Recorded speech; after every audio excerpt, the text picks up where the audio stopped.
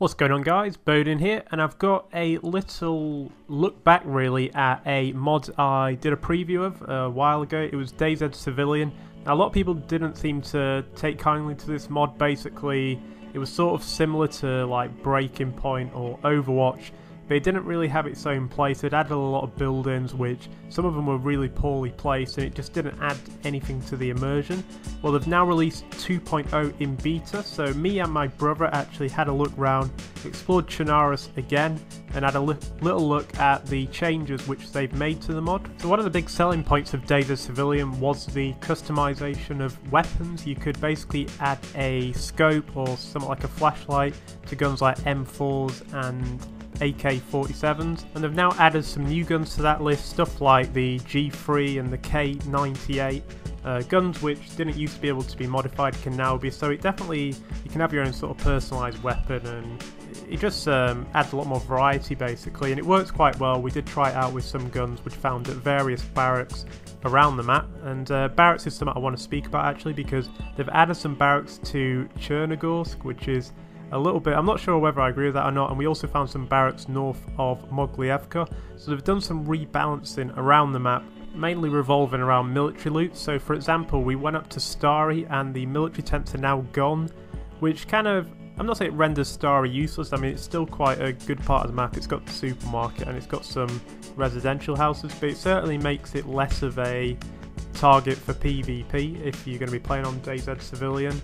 It might be the case that you go a different route when going up to the Northwest Airfield, and the Northwest Airfield is the next part I wanted to concentrate on. Last time I played DayZ Civilian, the Northwest Airfield had tons of buildings, like it had these big towers, and they're all gone now. They've definitely scaled it down a bit. They've just added some small enterable barracks near the South Barracks and also at the north end of the map, and there's some behind the hangars as well. These are some of the ones you may have seen on stuff like Taviana, and I think there was some on Namalsk as well, so just small enterable barracks, not the same design as the classic barracks, but presumably they will be a military spawn, even though I didn't find a single weapon while we're in there, which is a bit strange, but it is in beta like I said. One of the other things we noticed, which was a little bit controversial, I'm sure they've asked permission, but we did see the DayZ style hospitals and also the military camo buildings. So I'm assuming they asked permission, or I don't know if it's open source or not, but they were all over the place. Like there were obviously some in Cherno which were in the same position that they were normally in standard DayZ, but we also found some, there was a castle complex near the Northwest Airfield, and it had like 4 of these hospitals facing each other. I didn't quite get it, it just seemed like they'd been randomly placed together. I don't know if they're going to change it, but again, it's just one of them things where we're wondering, are they actually properly thinking about things when they're placing buildings down? Like at the end of the day, it's got to look like something which was used and is a real location, and if you just plop buildings down anywhere, it does sort of take away from the immersion of the game.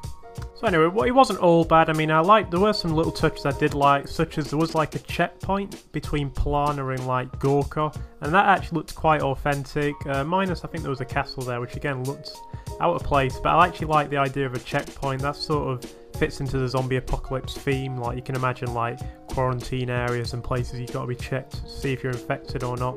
So yeah, that's realistic, and it's something not a lot of mods do, so I like that. I also liked how they've tried to add a new sort of bleeding animation where it actually leaves a blood trail on the floor. It didn't work when we tried it, but I think it's something like you've got to be on very low blood for it to appear, or they haven't quite decided. Like I said, it is in beta, so that's something which will be added properly in the near future. But yeah, that's something good. If you're in a gun battle and someone's running away, you can track their blood and finish them off. So yeah, definitely adds something to the gameplay.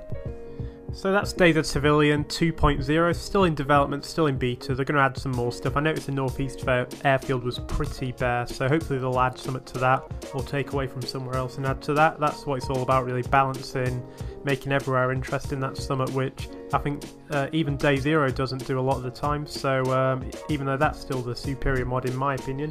Anyway, thanks for watching. I'm going to have some more DayZ footage on my channel very soon. I've got an episode in development, I'm just spending way too much time on it.